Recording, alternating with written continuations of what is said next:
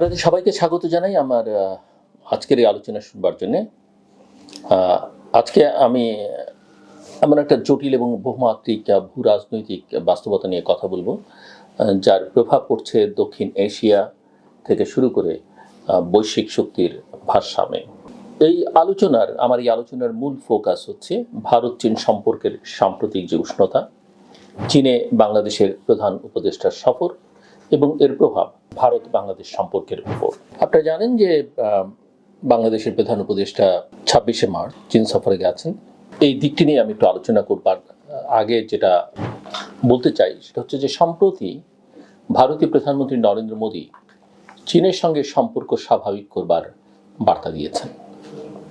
সীমান্তে স্বাভাবিক পরিস্থিতির দাবি এবং পারস্পরিক সহযোগিতার আহ্বান এসেছে এমন সময়ে, অর্থাৎ চীন এবং ভারতের মধ্যে যখন মাত্র কয়েক বছর আগে 2020 সালে লাদাখে রক্তাক্ত সংঘর্ষ হয়েছিল। চীনও মোদির বার্তাকে, অর্থাৎ ভারতীয় প্রধানমন্ত্রী নরেন্দ্র মোদির এই বার্তাকে ইতিবাচকভাবে দেখছে। তবে বাস্তবতা হচ্ছে যে উভয় দেশের সম্পর্ক এখনো উত্তেজনাময়।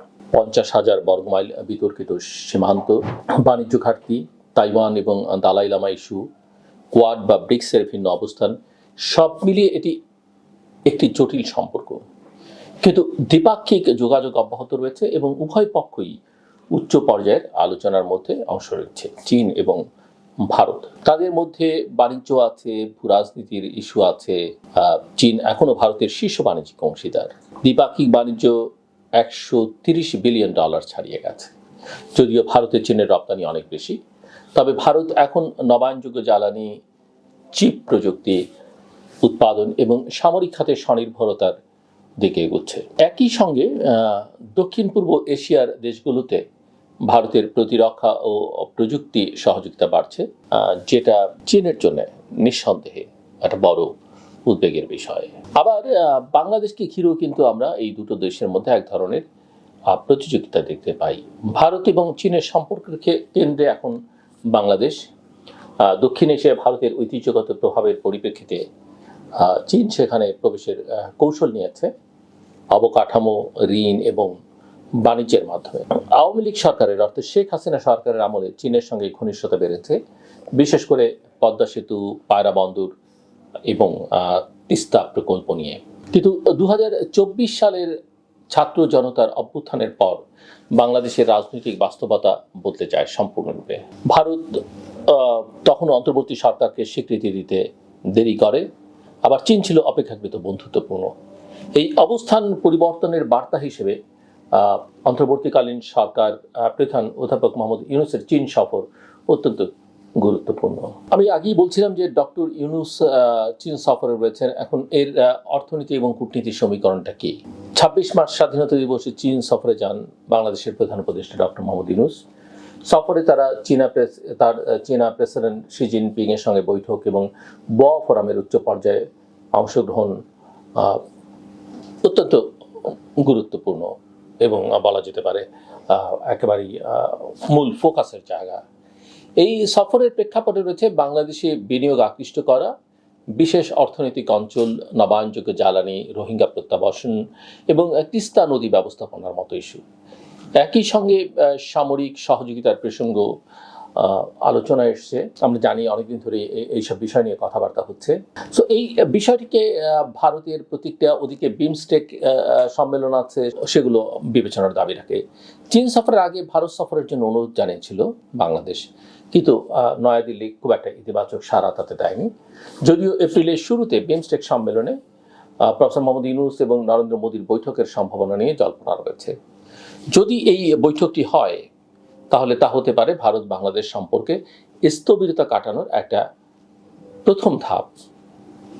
আপনি জানেন যে এপ্রিলের 2 তারিখ থেকে 4 তারিখ পর্যন্ত এই বিমস্টেক সম্মেলন।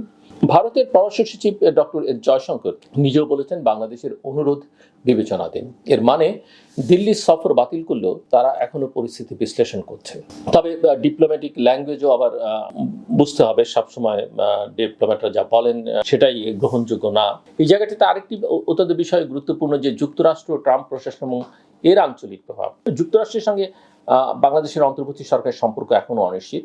জো বাইডেন প্রশাসন কিছুটা সহানুভূতিশীল থাকলেও ট্রাম্প প্রশাসন কি করবে সেটা এখন পর্যন্ত আমাদের কাছে স্পষ্ট নয়।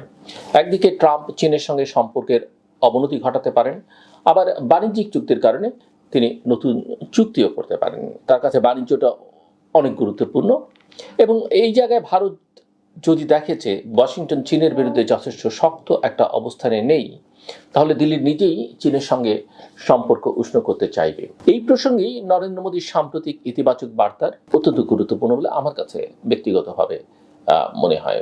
সো সামনের দিকে যদি আমরা তাকাই তাহলে কি দেখতে পাই? বাংলাদেশ কোথায় দাঁড়িয়ে আছে? বাংলাদেশ এখন ভূ রাজনীতির কেন্দ্রে অনেকদিন ধরে, যেটা আমি বলবার চেষ্টা করছি, চীন, ভারত, যুক্তরাষ্ট্র তিনটি শক্তির ভিন্ন ভিন্ন অবস্থান এবং কৌশলের মধ্যে ভারসাম্য বজায় রাখাই হচ্ছে বাংলাদেশের জন্য সবচেয়ে বড় চ্যালেঞ্জ। এবং এখানে বাংলাদেশকে অবশ্যই এই চ্যালেঞ্জ মোকাবেলা করতে হবে নিজের স্বার্থ দেখে। প্রফেসর মোহাম্মদ ইউনূসের সরকারের কূটনৈতিক কৌশল হচ্ছে মাল্টি অ্যালাইনমেন্ট, অর্থাৎ কোনো এক পক্ষের উপর নির্ভর না করে সবার সঙ্গে ভারসাম্য বজায় রাখা। চীন সফর এবং বিমস্টেকের মধ্যকার ভারসাম্য বজায় রাখবার যে চেষ্টা, এই কৌশলেরই হচ্ছে একটা অংশ প্রফেসর মোহাম্মদ ইউনূসের এবং তার সরকারের কূটনীতির। দক্ষিণ এশিয়ার ভূরাজনীতি এখন এক সংবেদনশীল মুহূর্তে দাঁড়িয়ে আছে। ভারত এবং চীনের প্রতিযোগিতার মাঝখানে বাংলাদেশ কেবল যার দিকে ঝুঁকবে তাই নয়, বরং নিজেই সক্রিয় ভূমিকায় অবস্থান নিয়েছে, যে ভূমিকার কথা আমি বহু বছর ধরে বলে আসছি। এবং আগামী মাসগুলোতে বিমস্টেক, শি জিনপিং মোদির বৈঠক, চীন বাংলাদেশ বিনিয়োগ চুক্তি, এর সবই আসলে নির্ধারণ করবে আমাদের অঞ্চলের নতুন ভূ রাজনৈতিক মানচিত্রকে। আমি বারবার বলবার চেষ্টা করছি, বাংলাদেশ যে জিও স্ট্র্যাটেজিক লোকেশনে আছে, বাংলাদেশের জনসংখ্যার যে শক্তি, আমাদের যে পোটেনশিয়াল আছে, আমরা এই অঞ্চলে আর দর্শকের ভূমিকায় থাকতে চাই না, থাকতে পারি না। আমাদের আসলে কোনো না কোনোভাবে ক্ষুদ্র আকারে হলো একটা প্লেয়ারের ভূমিকায় অবতীর্ণ হতে হবে। এবং আমি তো দেখি আগামী কয়েক দশক পরে বাংলাদেশ এশিয়ায় একটা বড় শক্তি হিসেবে আবির্ভূত হবে এবং সেটা নির্ভর করে আমাদের রাজনৈতিক নেতৃত্বের প্রজ্ঞার উপরে। এবং আমি বিশ্বাস করি আমরা সেই প্রজ্ঞাময় নেতৃত্ব নিশ্চয়ই ভবিষ্যতে পাবো। আমার কথা শুনবার জন্য অসংখ্য ধন্যবাদ।